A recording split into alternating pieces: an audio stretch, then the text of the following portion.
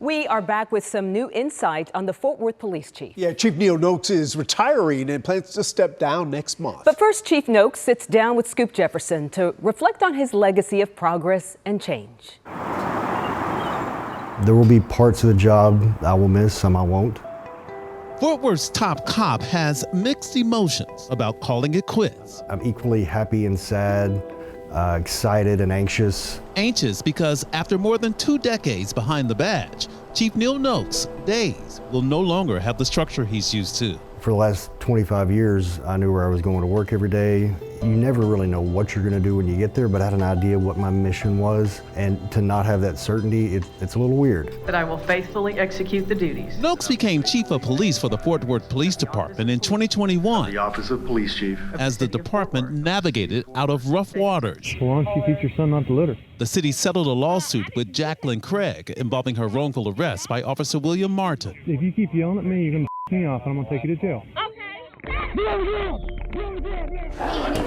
No comment. The next year, You don't have anything to say at all? No comment at this time. a jury convicted Officer Aaron Dean in the shooting death of Tatiana Jefferson, killed in her home after a neighbor called for a welfare check. Put your hands up. Show me your hands.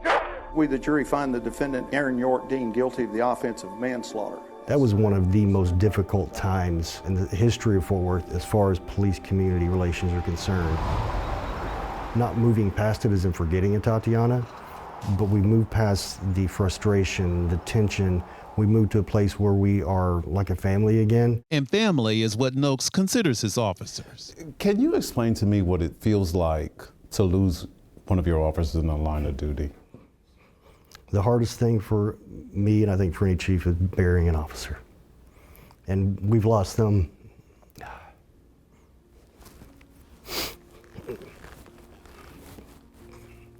In the line of duty, and we've lost some officers who were not on the job when it happened. For new recruits, Noakes sets the bar high. If someone has to be held accountable, we have to do that too. And keeps it real about what comes with the job. You're going to be away from your family. You can face deadly threats any day you go to work, and you may have people who are going to disparage you just because you wear a uniform. Although Chief Noakes can boast about a reduction in violent crimes under his leadership, he doesn't take the credit. All glory goes to God. All credit goes to the team, the Fort PD family that's getting the job done. In 2021, the city reported 118 homicides. That number dropped to 122, 88 in 2023, and down to 76 homicides in 2024. Amid successes came this from his wife. She said, "Neil, you really need to be home a little more. Kids are missing you. I'm missing you." Are you excited? Yes. And because family is more important than anything to Noakes, he's retiring. I recently became a grandfather. I've got a grandson now. I've got a granddaughter on the way. And Scoop, I'm going to spoil those kids. It's not even going to be funny. But I don't want to miss that time. So it's time to hand over the chief's job to someone else. Someone who has a heart for the department, the officers, the professional staff, and for the community. A community that will soon have a new top cop. In Fort Worth, I'm Scoop Jefferson. Congratulations, Chief Noakes. We wish you the very best in retirement.